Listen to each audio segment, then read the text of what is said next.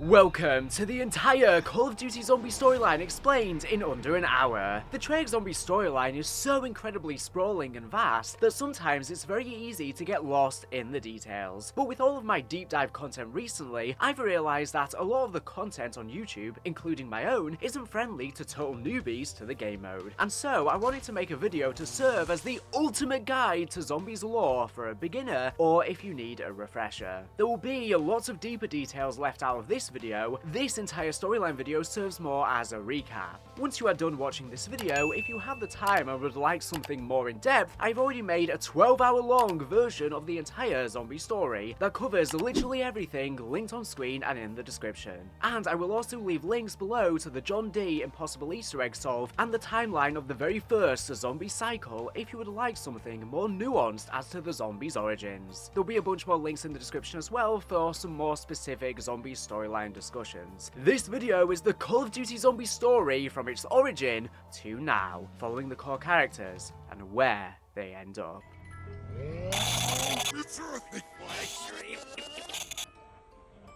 Firstly, Aether, Dark Aether, Chaos, Zombie Storyline. What are all of these things and what is the difference? Well, these things can all be broadly called the Treyarch zombie story. You can think of this as having different chapters or volumes. It starts with the Aether story, and the name Aether is taken from the biggest plot point in that story. The Dark Aether story, or SAGA, can be broadly called the sequel to the Aether story, and acted as a soft reboot. The Chaos storyline is a bit of a strange case, as it can be considered canon, but Treyarch seems likely to change this at a moment's notice. As for some other modes you may hear about, like Extinction in Call of Duty Ghosts, World War II Zombies, or Infinite Warfare Zombies, these are all totally non-canon and unrelated to Treyarch Zombies, although there have been some references recently, so you don't have to worry about those. The games we will be focusing on are World at War, Black Ops, Black Ops 2, Black Ops 3, Black Ops 4, Black Ops Cold War, Call of Duty Vanguard Zombies, Call of Duty Modern Warfare 3 Zombies, Black Ops 6 Zombies, moving into Black Ops 7 Zombies.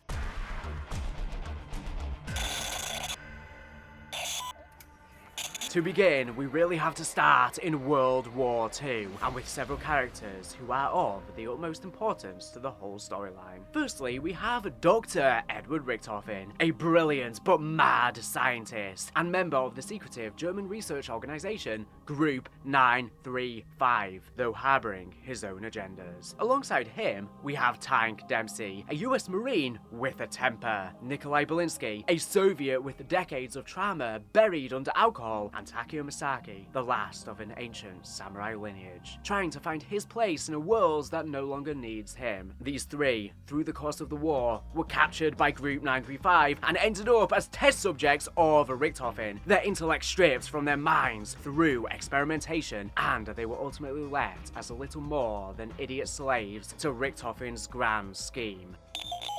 Log entry 1472, date September 10th, 1945.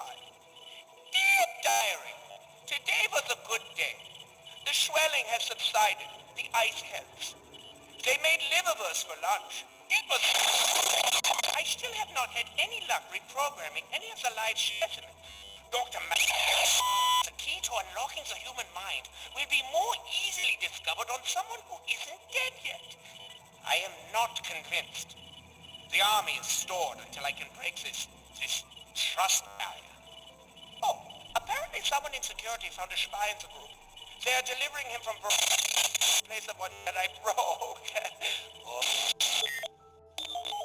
Log entry 1473, date September 17th, 1945.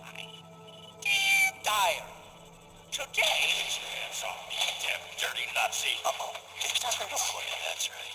You want some of this? I'm taking you home in fags. Freak.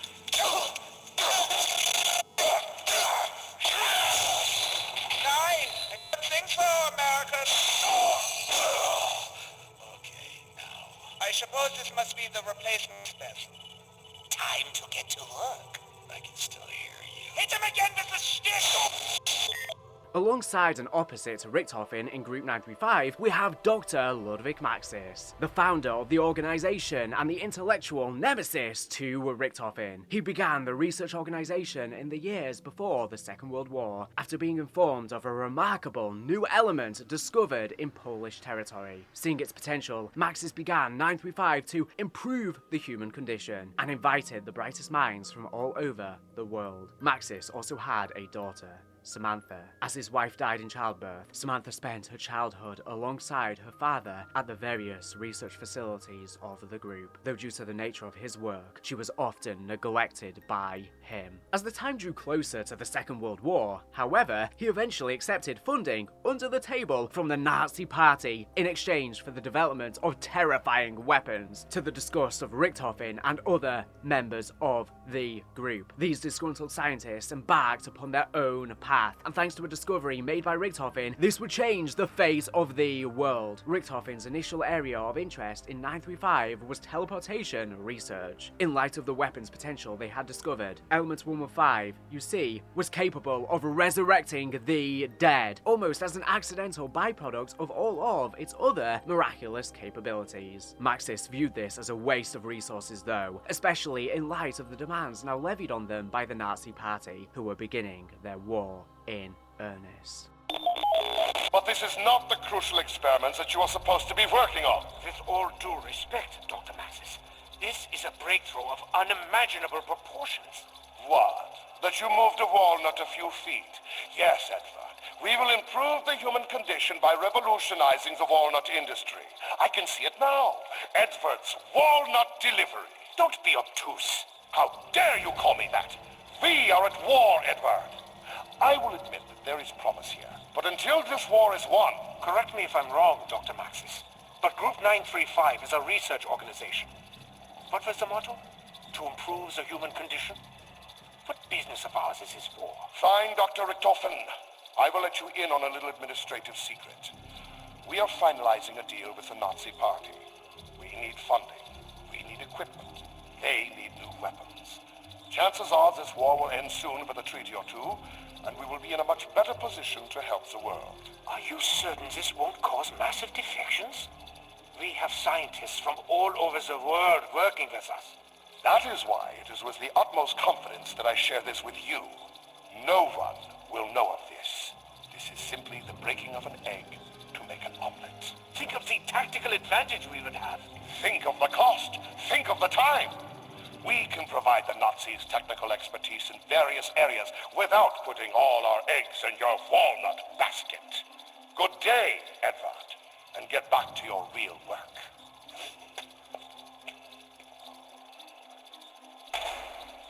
Bloody jerk. I think Dr. Maxis has lost his perspective. No matter. We'll do this on our own and publish the findings before he has a chance to. You're not suggesting that Dr. Maxis would steal this technology and perfect it without us, are you? I would by no means discourage that thought. Great scientists must stick together and achieve great science. Unwilling to drop the research area, Richthofen volunteered himself in secret to be the first human teleportation subject, and after activating the machine, found himself weightless, brought to a cave on the moon itself, and met with a colossal pyramid structure. This device, often called the Aether Pyramid or the Moon Pyramid device, was a device constructed by ancient forces unknown to humanity that puppeteered the universe itself. It was the remnant of an ancient conflict between two elder species, and it was capable of controlling the Aether, the force that persists through the entire universe, and is what grants Element 115 its extraordinary properties to manipulate reality. In essence, if Richthofen could control this machine, he could control the Aether. And if he could control the Aether, he could control reality itself. Entry 42. Date, January 4, 1940. Dr. Schuster and I, despite mounting pressure from Dr. Maxis, have continued working on the matter transference prototype. We have made great strides in the last 30 days and are ready for our first human subject. If our calculations are correct, we will send a test subject, me, to the receptacle station sitting 30 yards away and behind a cinder block wall. Are you certain you want to do this, Dr. Richthofen? Nein, Dr. Schuster. But this must be done. Quickly. Put in your earplugs and power up the machine.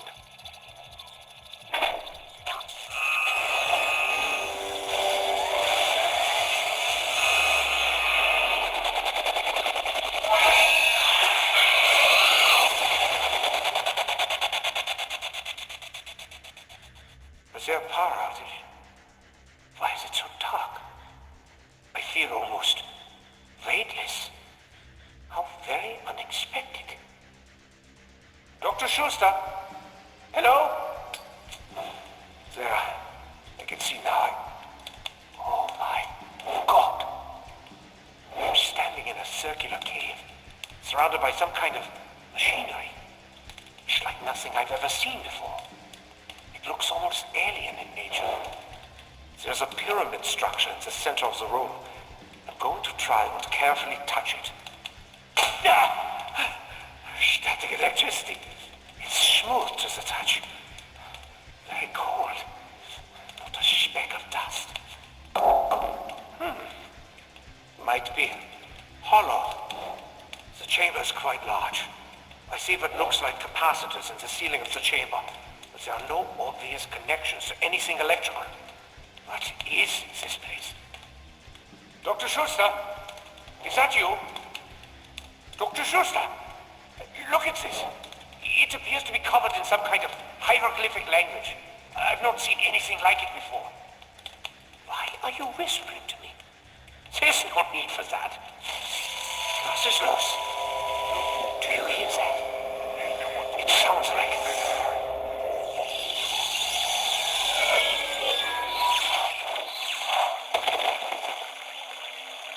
My God!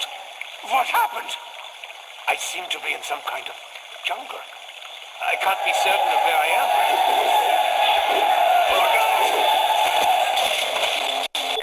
Eventually finding his way back, confidence to lead his disgruntled colleagues on this new path, away from Maxis and the Nazi Party and towards a new ultimate goal, which unbeknownst to the rest was to make Richthofen a god. Since encountering the device, Richthofen had begun to hear voices in his head, those of that elder race of beings who had hidden the MPD upon the moon in the first place, and had lost their ancient conflict. Known simply as the Shadow Man, he goaded Richthofen into following these desires, ultimately so that he could use the MPD to find Agatha, a place shrouded in myth, really the lost home of these ancient beings. Log entry 43, date January 23rd, 1940. I cannot be certain what happened to Dr. Richthofen once the test was commenced. He just disappeared from the machine into thin air.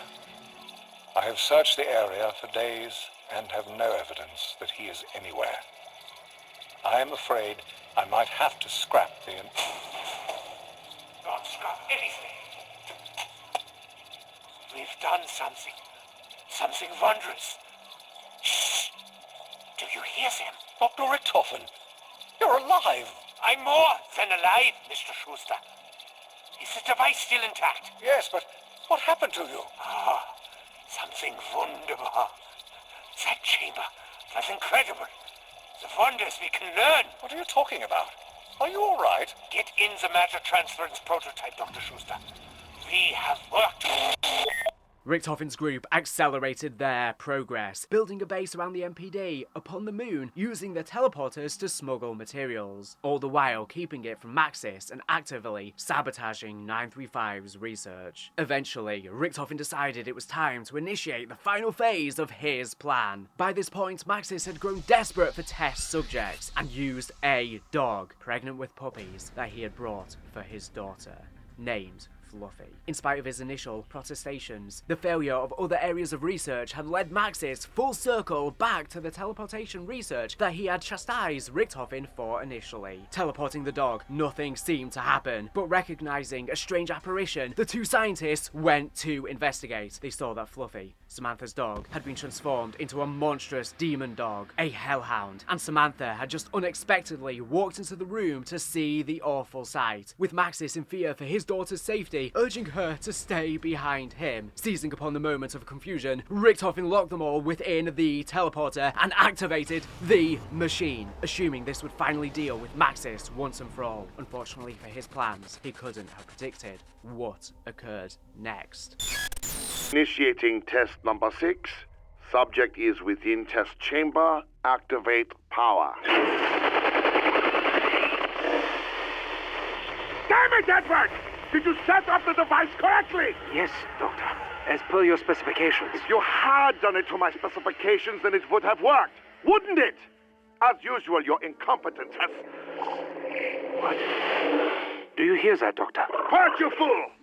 Test number 6 is a failure, but the experiment has caused some kind of electrical port energized within the chamber. Well, open the door! Doctor, I don't think... Open the door, now!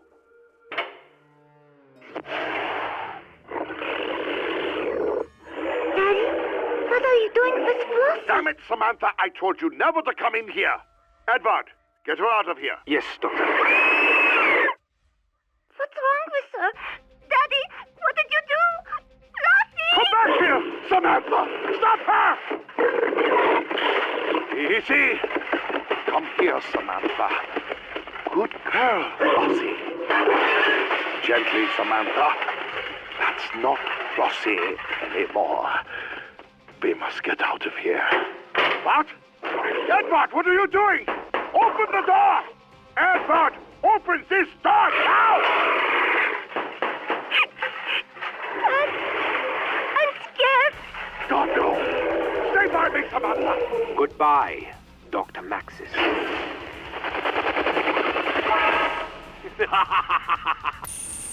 Arriving on the moon base, Samantha herself managed to wander in a confused state into the pyramid device, seizing the power that was prepared for Richtofen himself to take. In a final gambit to get her out of the machine, Richtofen's colleagues found Maxis and brought him to the device. With his final act, he urged his daughter to kill them all and took his own life. Flying into a rage, this confused the lost girl, now with the power of a god, set about to destroying Richtofen. I hope this works.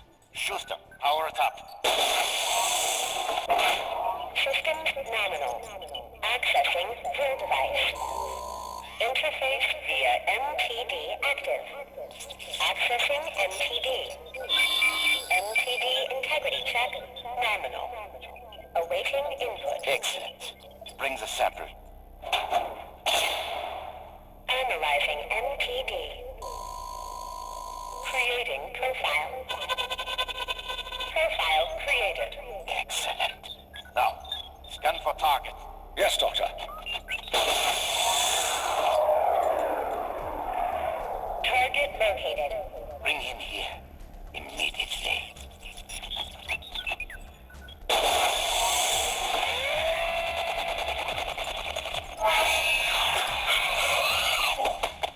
Greetings, Dr. Maxis. Schuster, I should have known. Where is that rat Edward? Where are we? And how did you get me out of that wretched None of that is important right now. Allow me to fill you in.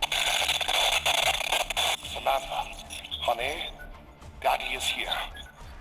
Come, dear, please. Open the machine. Daddy will not let them hurt you anymore. Honey, Daddy knows he's made some mistakes. I am truly sorry that you were put through so much. When your mother died, I could not bear the thought of losing you, too. That's why I kept you so close. I did not mean to neglect you. I just wanted to know you were safe from harm. Daddy! I love you, Samantha. I love you too, Daddy. Can you do something for me? Something very important. Yes. Kill them all.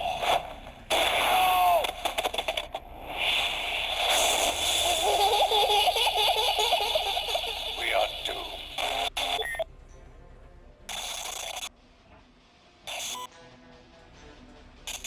Now with the stage set, Richthofen, unwilling to give up his goals, awakens the test subjects, knowing they will make the ultimate army. This group is often referred to as Ultimus, and will occasionally be called this in the video. Subjected to genetic experiments, we can scarcely guess at the scope and horror of and enhanced by 115, but without any intellect to resist the Doctor's subtle suggestions and orders. They accompanied Richthofen across the world, assembling the pieces for his grand scheme, from the swamps of Okinawa, Japan, to recover his journal with essential materials back to the Duries facility in Germany where they were housed. The group teleported not just through space but time, arriving in the 1960s. They journeyed from an old abandoned 935 research space inside of a Nazi theatre to a Soviet cosmodrome, then to Siberia in the 2010s. Accidentally too far forward in time, Richthofen enlisted the help of a cast of a movie being filmed at the site to assist him in acquiring an essential artifact he needed. The Siberian facility was once effectively the home base of Richthofen's research during the war,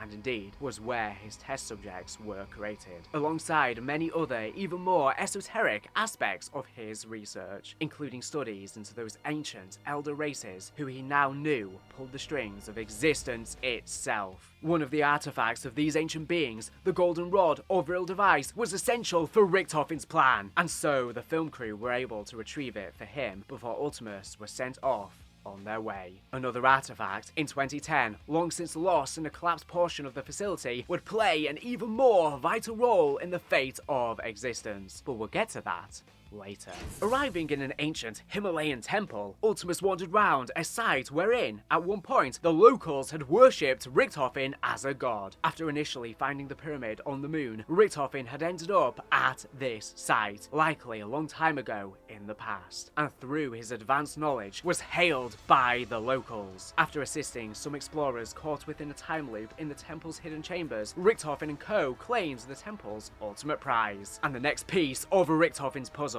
the focusing stone, an incredibly dense piece of element 115 shrunken down from a colossal meteorite. Finally, the group prepare to travel to the moon, but at the last minute are sent off course and end up in the Pentagon. Finding a local teleportation link to Area 51, the group end up using a new teleporter link established by Broken Arrow, a secret US military organization, in order to reach the moon base. Here, Richthofen confronts Samantha and finally enacts his plan, swapping his soul with hers and becoming a living god, at least for a moment. Ludwig Maxis, still alive as a consciousness within the computer systems of the base, instructs Ultimus, along with his daughter, now in Richthofen's body, to aid him in minimizing the damage Richthofen can do. In reality, this means launching colossal rockets of element 115 at the Earth, destroying it utterly, but partially shattering Richthofen's link to the Aether.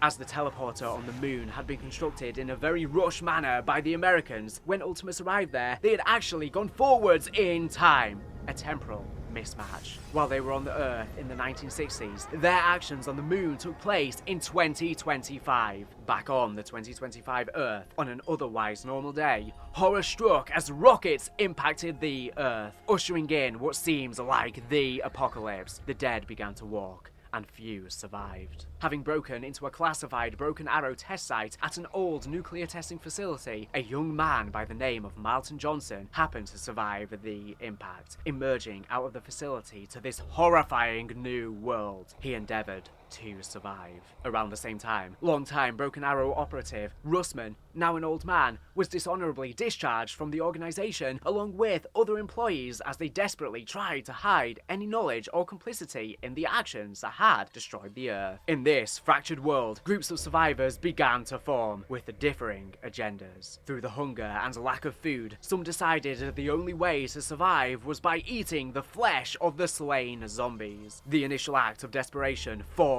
into a cult when these near cannibals began hearing what they assumed to be the voice of God. In reality, this was the voice of Edward Richthofen, his soul still in the MPD on the moon, inside of Samantha albeit, and they could now hear him through the 115 they had ingested. Richthofen began urging his followers to perform certain tasks, all centering around colossal tower structures. Samuel Sullinger, a middle-aged conspiracy theorist, ended up falling in with this this new flesh society, and became particularly adept at hearing the voice of Richthofen. Meanwhile, Ludwig Maxis was equally active in the world, using his mastery of electronics to direct the people to similarly perform tasks centering around the same tower structures. By 2035, it was clear that humanity was running out of time. Malton, having gradually made his way from the nuclear testing site to Hanford in Washington State, encountered Abigail Brereton, or Misty, her nickname, the daughter of a US Marine whose combat skills were clearly better than the average survivor. The two held up in an abandoned diner when they were eventually met by Samuel Stullinger and Russman, who had encountered one another in another part of the site and hijacked an autonomous bus from an old Broken Arrow program that had operated in the town years prior. Guided by the voices of Ludwig Maxis from the electronics and Richthofen from within Stullinger's own mind, the group are often referred to as the Transit Crew, based on the name of the first map they appeared in together, or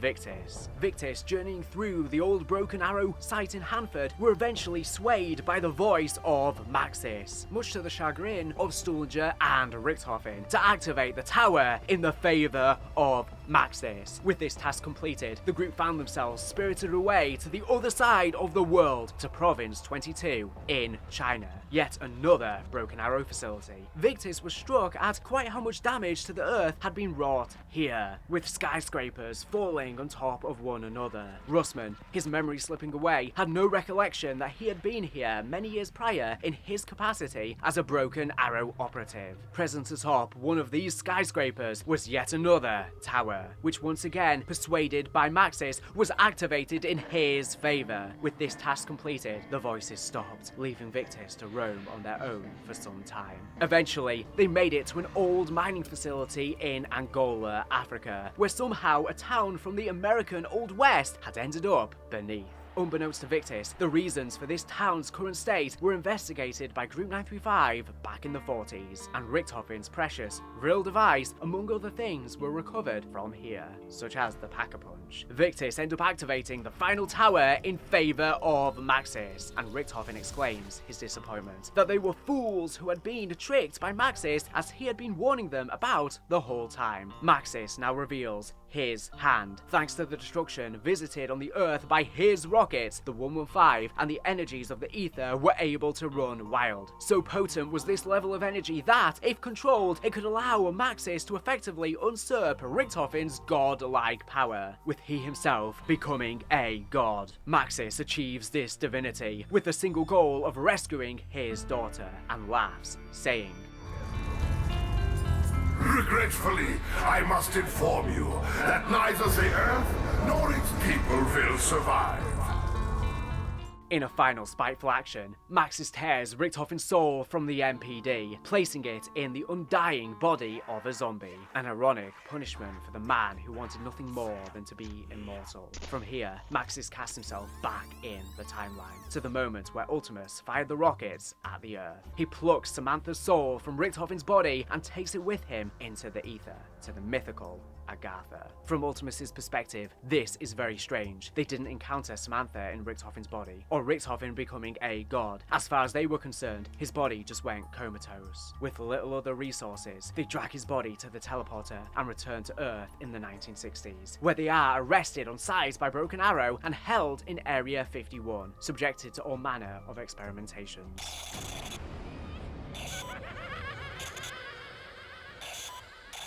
In an Earth that was literally falling apart, VICTIS had little recourse but to keep surviving, being persuaded by a strange zombie in a World War II era German uniform that appeared to be leading the others. Their time seemed short. Then, when hope seemed lost, Stullinger once again heard the voice of Richthofen in his head. With little choice, they followed his guidance, leaving through a portal he appeared to have opened for them, ending up in the bowels of the very same Broken Arrow facility in China they were at months prior. They encountered levels to the facility previously unknown to them, and even worse biological horrors. With flashes of his past coming back, Russman finally recalled this place and what he had done there, and understood that they were there for one thing: the elemental shard, or at the very least, one half of it. With the shard acquired, arriving next at a mysterious facility known as Zero Base, the group were forced to use the shard to power a machine that extracted their blood and then sent them to a wholly different reality. At first, it looked as if the world had been restored. They quickly realized, however, that all was not as it seemed. This reality they had arrived in was fragile, and the act of simply being there had made it begin to fall apart. This would made worse still when the undead horde that had been pursuing them reappeared. Guided by Richtofen's voice, the group acquired a very ancient looking book and returned back to Zero Base. Escaping, the group were not pursued by the World War II era zombie, who instead took the vials of blood that was extracted from them. Finally, VICTIS arrived at a secret lab, somewhere totally new to them, and were met by Richtofen, though a lot younger than when they saw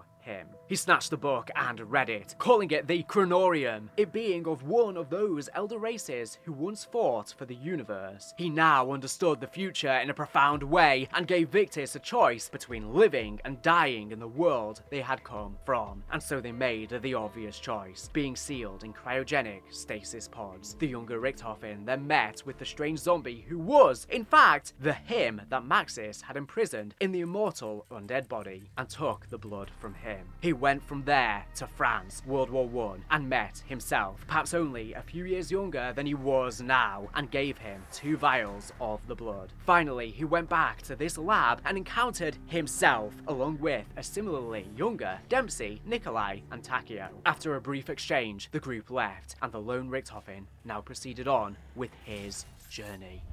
My name is Samantha. I'm going to tell you how all this really began. When Samantha was taken into Agatha by her father, she was not only confused, but horrified by what she saw him visit upon the earth. Overwhelmed by these emotions, she looked out from this higher plane and found another Ludwig Maxis in a far different universe and reached out to him. In this world, 115 was far more plentiful, and Group 935 had been set up far earlier, and discovered this colossal supply in the trenches of France in World War I, along with Richtofen, who in this world was a protege and almost an adopted son to the older Maxis. He worked to understand this new element. With the whisperings of this strange voice, a girl who claimed to be his daughter he never had, along with this fantastical element, this Maxis was driven to question everything he thought he knew about the world. Studying the site, the researchers quickly became aware of ancient powers at play, with music being required to open the tombs. Ultimately, they uncovered the main chamber, with statues of 4 ancient heroes, one of which bearing a striking resemblance to Richtofen. Things came to a head when experiments at the site awoke ancient undead who had been dwelling in the lost tombs beneath. With Maxis succumbing to the undead infection and Richtofen taking desperate measures to preserve his brain, all may have been lost, were it not for the Allied powers having dispatched elite agents to try and uncover what the German war machine had produced here. From America, Tank Dempsey. From Russia, Nikolai Belinsky. And from Japan, Takeo Masaki. These characters were in some ways much like their original universe counterparts, but without the psychological damage done by Richtofen's experiments. Finally, we see Dr. Edward Richtofen, a younger man. His life on the front lines had been unusual even before the discovery of Element 115. Some years prior, he swore he had been visited by a version of himself, who gave him 2 blood vials and nothing more than the message that he would need them in the future before disappearing. Once the element was discovered, he was instrumental, along with Maxis, in creating the most advanced weapons of war the world had ever seen. Colossal metal giants roamed the battlefield, all the while the undead now surged. The 4 came together to survive and put an end to this catastrophe, and would be known as Primus. Following the guidance of Samantha, they opened a gateway to Agatha and allowed her to be free, sending Ludwig Maxis' preserved brain into the gateway too. Samantha then sent Primus onwards to prevent the terrible events that had caused this in the first place.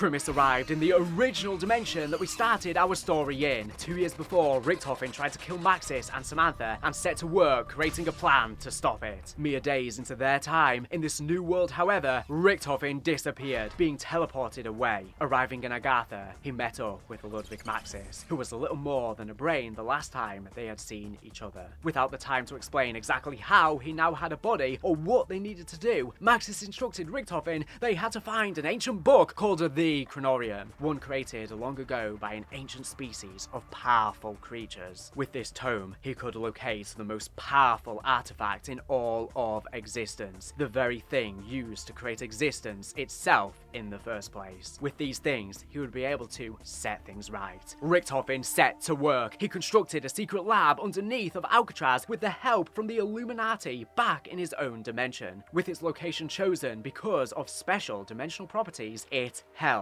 And it's here that he began talking to Stullinger in the aftermath of Buried, as we saw from VICTIS' perspective in the comics. While at Alcatraz, he collected the blood of 2 of its inmates, who Richtofen was aware would become trapped in a perpetual time loop in a pocket dimension shifted slightly from its original variant. Giving the blood to himself and the rest of Primus, and having read the Chronorium, he set out to find the summoning key. This once again took him back to his home dimension, 63, but some years on from World War I. 115 technology had drastically improved the lives of ordinary people as it had become commercialized after the war, but an improved human condition didn't stop evil from seeping into the hearts of humans. 4 sinners, themselves manipulated into heinous acts, opened the way for a great evil into their world. The Shadow Man himself, the being that long ago manipulated the original Richtofen. The Shadow Man was once one of these ancient creatures who once fought a war for existence, and they were stirring. They were the Apothecans, and the only other being strong enough to stop them. Originally, their brethren were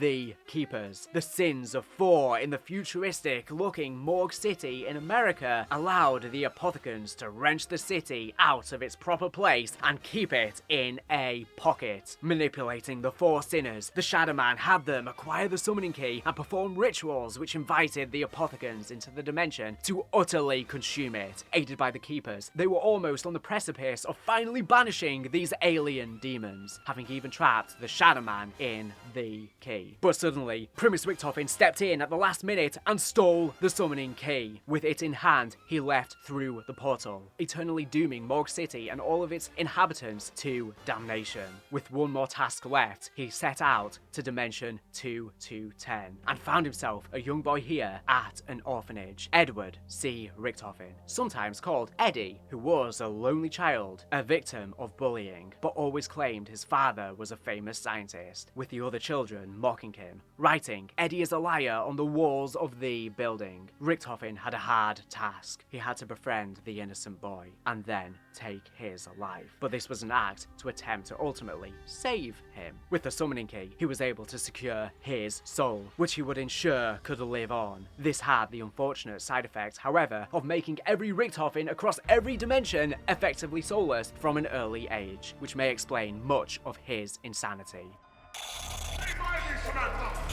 Goodbye, Dr. Maxis.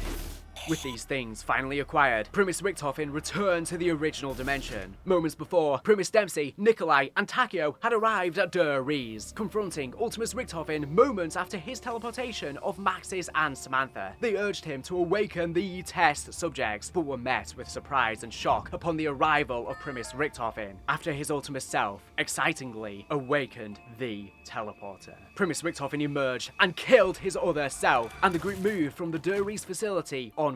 They arrived at the Eagle's Nest in Austria, a castle once used by 935 as another facility, and found Ultimus Dempsey still in his test subject cryopod. Taking his life, Richtofen revealed his plan. By killing their other selves and taking their souls at specific moments, he believed he could avert the insanity that plagued the world. They moved onwards to an island in the Pacific Japanese Empire, finding a very disheveled and tormented Takeo who had been the victim of horrific experiments. experiments. Giving him the honorable death of a samurai, they took his soul, but first made their pilgrimage to the unholy island of Alcatraz. This is once again where we cross back over with the comics, as this is the Primus that were given the blood vials by the other Primus Richthofen. Arriving in Stalingrad through a rift in the sky and safely parachuting down with the help of a falling Peter McCain, they faced a tormented Ultimus Nikolai, eventually fighting through undead and mythical creatures brought to life by mad science. To face him, his Primus self attempted to comfort him with regards to the dark truths about their lost love that only they knew.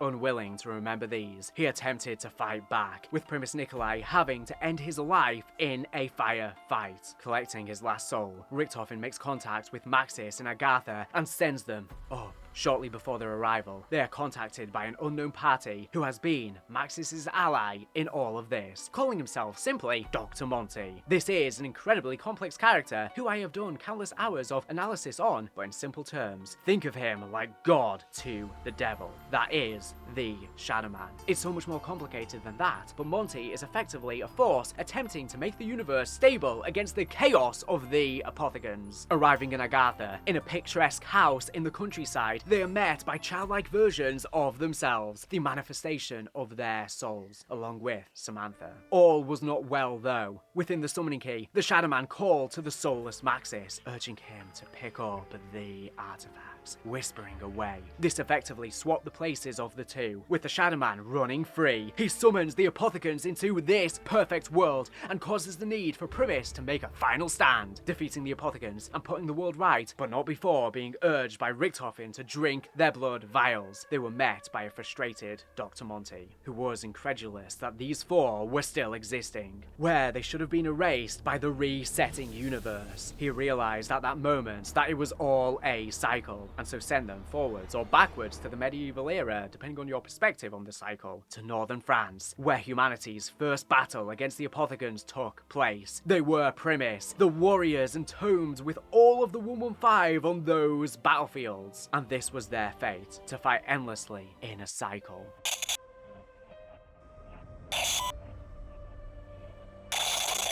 Having existed in this eternal cycle, reaching Revelations and returning back to the medieval era over and over, there was another cycle occurring, that of Alcatraz. As I mentioned earlier, Richthofen had acquired blood vials not just from VICTIS, but also from 4 prisoners on Alcatraz Island, who were trapped in an eternally looping pocket dimension. Unbeknownst to Richthofen, this was yet another plan of the Shadow Man, set in place to finally try and capture the Doctor and the rest of Primus. This cycle in the prison would play out an unknowable number of times, with the 3 mobsters killing a 4th, Al, the Weasel, Allington, and returning with Primus visiting some far off corner of the island to pick up the blood vials. That was until one fateful loop, the Weasel actually managed to win and break their cycle. From there, when Primus arrived, something was very wrong. Reading the Chronorium, Richthofen realized the future they were destined to arrive at had changed profoundly, and unwilling to face what he had seen in the book, he desperately tried to change his fate. Ultimately, he could not. The cycle would break, but at the cost of Richthofen's life. Eventually, he was met with no choice. In order to escape, Richthofen entered an evil machine constructed on the island, the Dark Mechanism, a machine designed to extract the power that his blood held. As he had jumped through so many dimensions, the 115 and the Aether had effectively mutated all of his cells in his body, granting his blood unimaginable power.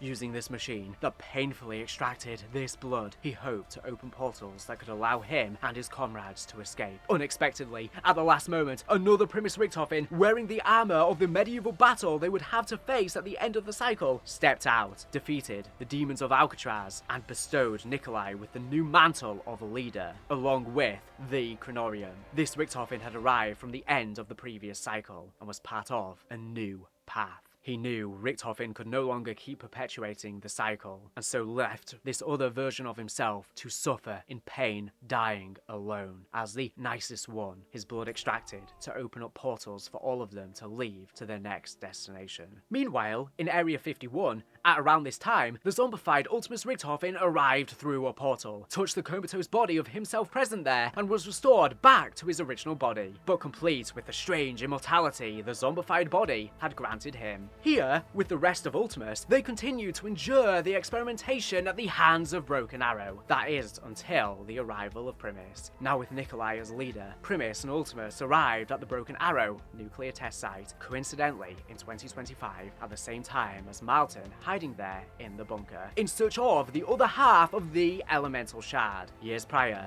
Broken Arrow had acquired the shard from a 935 research cache they'd inherited after the war. Group leader Cornelius Pennell had become obsessed with it, and ultimately had built a recreation of the MPD powered by the elemental shard and attempted to ascend past his physical form to godlike status to find Agatha, who was locked within the device by the base's computer, where he had been dormant for years. Defeating Pennell, now in the form of Avogadro, Primus and Ultimus were nearly at the end of their journey. Maxis, still in Agatha and realizing that the group were now working against Dr. Monty, desperately sent Samantha and Eddie on to the custody of the group. Knowing that Dr. Monty would attempt to prevent their actions, Monty killed Maxis as a result of this, devouring him. Now with Eddie and Sam, Nikolai recognized they would need some last-minute assistance. Waking from their cryopods, VICTIS found themselves in the lab under Alcatraz. Richtofen instructed Stullinger that they had to assist them in defeating Dr. Monty and saving the universe. What exactly that meant, however, was known only to Ultimus Richtofen and Primus Nikolai, as the final plan they had concocted would ultimately be a Pyrrhic victory. Nikolai had determined that the only way to defeat Dr. Monty was to destroy the Aether itself, and banish the remainder to its darker half. The Dark Aether, the place that had initially corrupted the Apothegons in the first place. In order to do this, VICTIS would need to return to the Siberian facility, the place where Ultimus acquired the Golden Rod. In fact, this was the place where Dempsey, Nikolai and Takeo were subjected to Richtofen's experiments. At the facility, Primus Nikolai and Ultimus Richtofen aided VICTIS in acquiring yet another artifact that Richtofen had hidden there many years before, a backup plan he had stashed away, the Agathan device. Using a metal vessel and the blood of a dead Apothegon, they added the final component, the elemental shard. VICTIS learned that back when Richtofen was initially experimenting with Ultimus, he made the shard through binding their 4 souls to a piece of element 115, forever binding their 4 souls to the Aether itself. In fact, the Aether was almost indistinguishable from them. They were one and the same. Therefore, to destroy the Aether, essential to Nikolai's plan, they had to destroy themselves too. VICTIS acquired the Agathan device and sent it to Nikolai and Richtofen, who, by this time, had already poisoned their comrades. This saddened them, but it was the only way. In addition to this, Richtofen had to lie to Stullinger throughout, as he knew that there was no way for VICTIS to survive this either. With the Agathan device retrieved, Nikolai activated it, simultaneously killing off the Aether and birthing a new, final universe, with any remaining aspects of the Aether being banished into the Dark Aether. Taking Richtofen's life, he too died, leaving Sam and Eddie to walk into this new world, the only remaining survivors.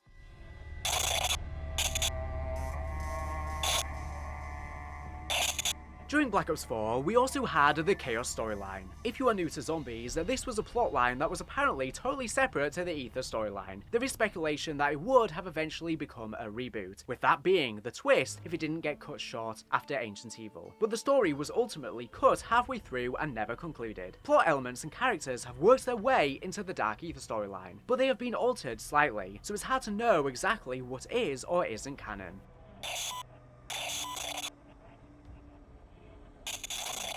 In the Dark Aether saga, we have the Dark Aether as the driving force behind the storyline. The Dark Aether was always in the background of the Aether storyline, being the place that the early Apothecan faction were banished to by the Keepers, that mutated them into the form we see. The MPD seems to have used the Dark Aether in order to grant its power over reality, and it had other sporadic mentions in other places. In this story, though, it comes to the forefront. Throughout the Dark Aether's history, beings within fought endlessly for dominance, founding empires and being crushed under the weight of others. Eventually, however, strange objects and places ended up dumped in the realm. They were the remnants of the old Aether. Curious as to where they came from, many of the entities within investigated the veil at the edge of their realm and found the race of humans that had seemingly made these creations. Though when observing them, the humans were little more than cave people. Regardless, these humans were now an object of fascination, and the being beings within the Dark Aether regularly interfered with human culture. Eventually, human mystics and secret societies deemed the Dark Aether too dangerous and sealed the veil between their dimensions. The artifacts that these entities were using to connect with the humans deactivated at that moment, trapping these entities in their artifacts in the human world. This would not last, however.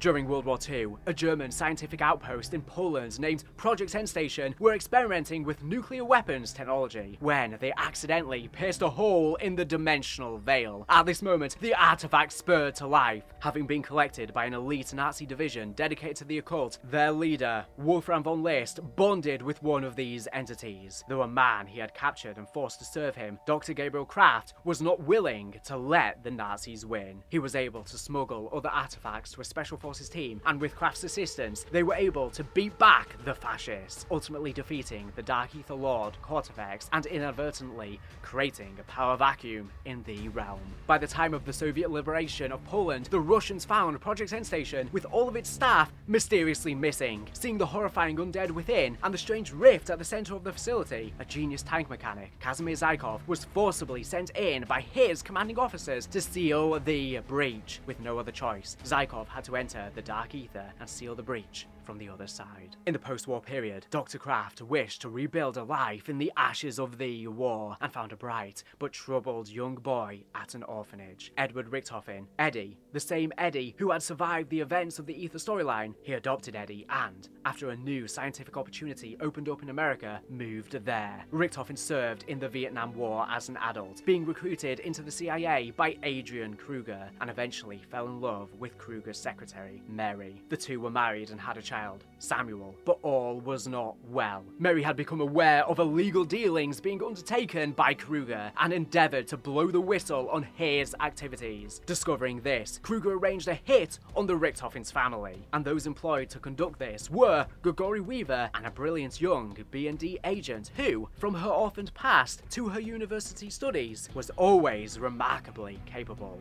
Yes, that's right, Samantha Maxis. The same Samantha Maxis who walked through into the new timeline with Eddie. The hit was successful in killing Mary, with Samuel killed in the collateral damage, but Richthofen was able to survive, albeit scarred, and would never learn the truth of these events.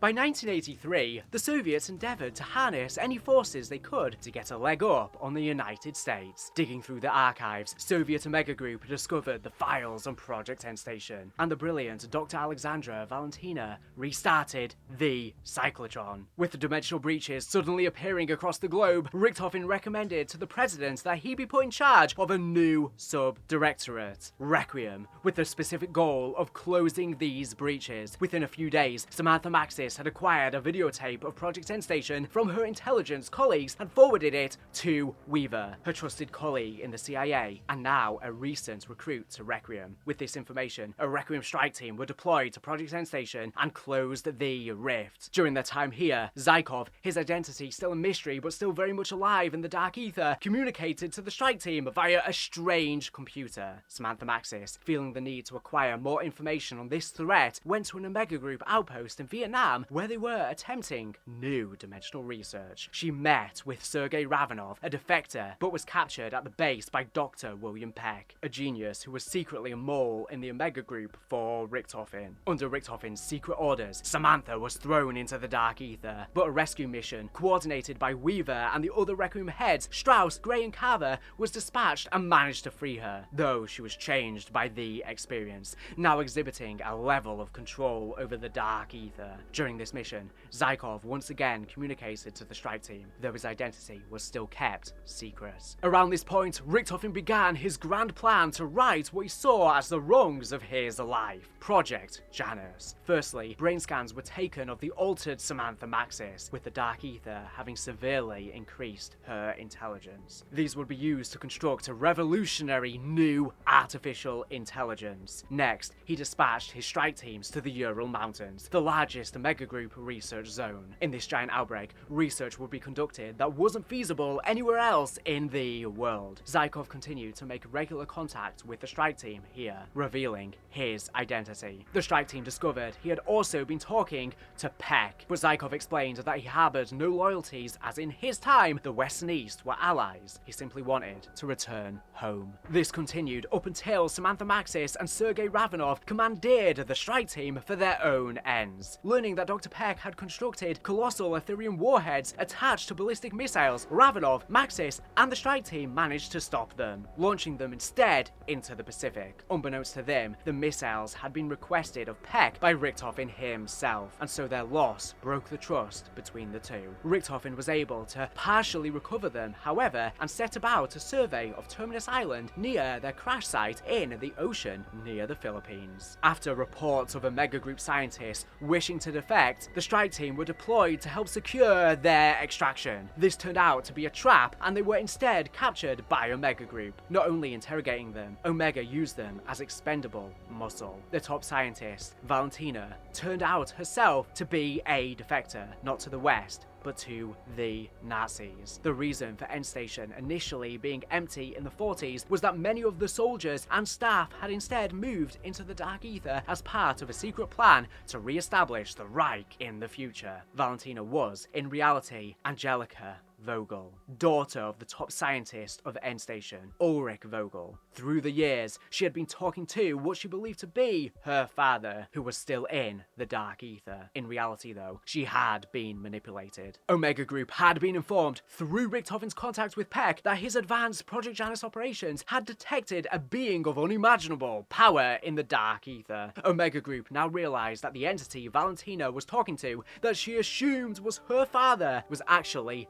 this being, the Forsaken. Omega Group forced the strike team to deploy in Berlin, where Valentina had caused an outbreak. Zykov once again kept up communication with the strike team here, defeating Valentina and thwarting an attempt by the Forsaken to manifest in the world. The strike team were rescued by Samantha Maxis' newly awakened abilities. Richtofen was chastised by the board of directors of Project Janus for losing the opportunity of a stable gateway to the Dark Aether, but he patronized them and took pains to explain that the time was simply not right, and he wasn't going to risk the total annihilation of humanity for faster returns. Finally, the stage was set for the final confrontation. Omega Group had begun building devices capable of freeing Zykov from the Dark Aether and killing the Forsaken. Richtofen, however, had other ideas. He instructed Peck to convince Omega leadership to, instead of killing the Forsaken, capture him instead, and pass the necessary schematics to Peck. Building the device that was straight from Richtofen's mind, Omega planned to free Zykov, forcibly interrogate him, assassinate him to not have to deal with a loose end, and then capture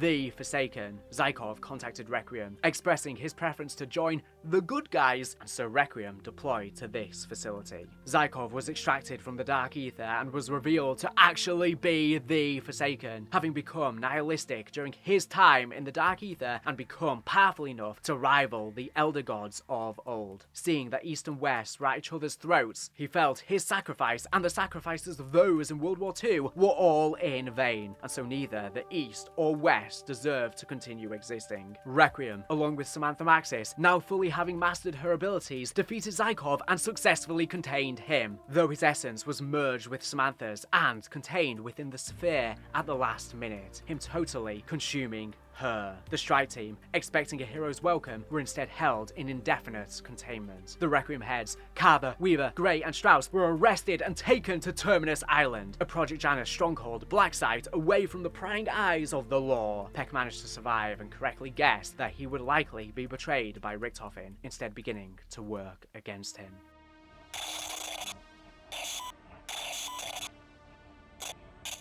5 years later, Peck arrived on Terminus Island, alongside Maya Aguinaldo, a smuggler whose brother was being held similarly on the island. They freed the ex-Requiem heads just as an outbreak occurred on the island, and so they planned their escape. During the course of their escape, they were contacted by the Synaptic Algorithm Module, or S.A.M. for short, the AI Richtofen had built based on Samantha Maxis' brain scans. Aiding their escape, they find and mercy kill Maya's brother, who had been her horrendously mutated, watching the death of the sadistic Dr. Modi who had experimented upon them for years, and they defeat Patient 13, the ultimate monstrosity produced on the island. Sam informs them of an artifact Richtofen is interested in that she has uncovered in the Janus archives, and that Dr. Kraft knows where it is. Simultaneously to these events, the town of Liberty Falls, Project Janus's headquarters, has an outbreak unleashed upon it by the SAM AI, injuring many of the scientists and trapping Richtofen in a pocket of the dark ether, called a liminal space. A security team is dispatched by Janus security chief Blanchard, but are ultimately betrayed and trapped in the dark ether by Janus scientist Pericles Panos. Panos had been aiding a strange voice from the dark ether, called the Great Voice, a sheriff, a cowboy warden, who appears to be the new antagonist from Black Ops 7. From here, Panos proceeds onwards to Janus Towers. They journey to the French Principality of Avalon, to an old castle, in order to find Kraft. They assist him in unlocking the castle's secrets, obtaining a powerful medallion they will need to acquire the artifact, but Kraft is mortally wounded. From here, they proceed to a nearby ancient tomb. The medallion allows them to split the dimensional veil, entering the dark ether. There, they locate the Sentinel artifact and complete its trial, obtaining it for themselves. Further guided by the SAM AI, they proceed to the town of Liberty Falls. Entering the mansion, the Ex-Requiem heads uncover the research into so-called liminal spaces and manage to breach them in order to charge the artifact. With the artifact charge, Sam betrays them, stealing the artifact and locking them in the same place as Richtofen. Trapped here, Richtofen reveals his motivations were to bring his family back after Weaver and Samantha murdered them, Weaver having been none the wiser and shocked at this revelation. They break out of a liminal space and fight a resurrected dinosaur before proceeding on to Janus Towers. Arriving at the heart of Janus's operations, they first stabilize the reactors, then proceed on with the plan to either give the SAM AI a body or resurrect Richtofen's family. Weaver and Gray begrudgingly siding with Richtofen, and Carver and Maya siding with Sam. It is revealed to them that Samantha had been dead the whole time with no hope of resurrecting her. So Sam argues she is her legacy and ought to be brought back, whereas Richtofen argues his family were wholly innocent and deserve a second chance at life. Eventually, they encounter Kazimir Zykov, still within his containment chamber, and use him to birth a new Dark Ether weapon that assists them in their quest, the Gorg effects, but they need to kill him in order to do so,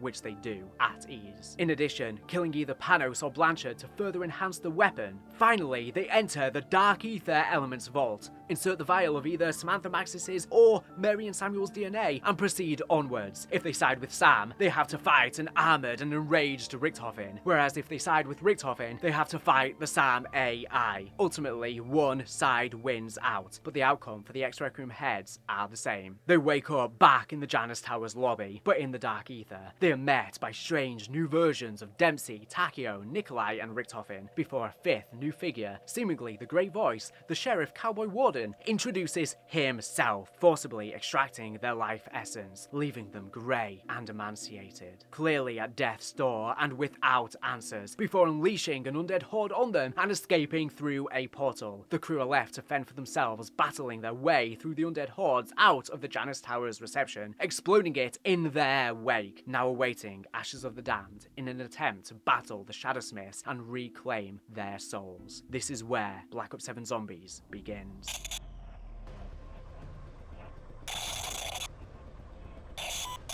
We can't finish this video without talking about Modern Warfare Zombies, but in all honesty, its position in the timeline is a little weird. Chronologically, it's the furthest forward we see, after even Black Ops 7. In the course of the game's story, we see Ava Jansen, who was created from the DNA of Samantha Maxis, post her time in the Dark Ether, and Sergei Ravenov with the embryo carried to term by Elizabeth Gray. She was born in 1993, nearly 3 years after Black Ops 6, and with no indication about her birth in Black Ops 6, we have to assume she will factor into the Black Ops 7 plot. In a message left for Ava, recorded when she was around 3 years old, the same time she was given to her foster parents in South Africa, Gray, Strauss, Weaver and Carver were essentially preparing to die, connected up to a machine that would siphon the Ethereum from their blood, long after the rest of the Ethereum had been purged from the world. Years later, in 2021, the Ethereum, still present in this machine, was unleashed back onto the world, thanks to Viktor Zakhaev. In response, Ava Jansen, along with Ravenov and Operation Deadbolt, a new CIA initiative made in the wake of the disasters in the 80s and 90s, endeavored to contain this outbreak. We learn that from Ava's birth, a shadow sibling was born in the Dark Aether, thanks to her Dark Aether DNA from Samantha Maxis. And while this entity serves as the antagonist of Modern Warfare Zombies, we learn at the end that it was actually trying to keep Ava safe from the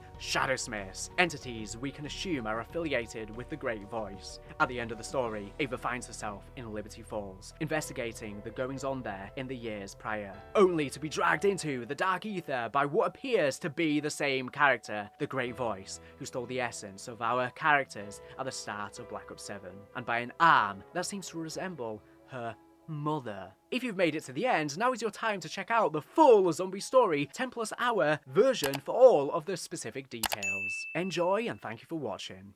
Bye. My name's Josh Olin. I'm the community manager at Treyarch Studios. The first downloadable map pack that Treyarch's going to release for Call of Duty World at War is Map Pack 1. It's going to ship with 3 multiplayer maps and a new Nazi zombie level called Verrückt. It means crazy in German. And the zombie level is based off of the multiplayer map Asylum.